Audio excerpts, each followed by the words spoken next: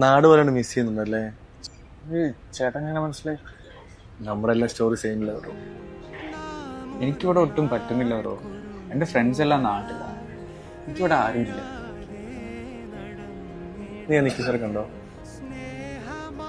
പല നാട്ടിൽ നിന്ന് ഇവിടെ വന്നിട്ട് ഇവിടുത്തെ കഷ്ടപ്പാടിനിടയ്ക്കും എങ്ങനെയോ ഫ്രണ്ട്സ് ആയി പോയവരാ. നിന്റെ വിചാരം അവർക്കാർക്കും ഈ സങ്കടമൊന്നും ഇല്ലെന്നാ?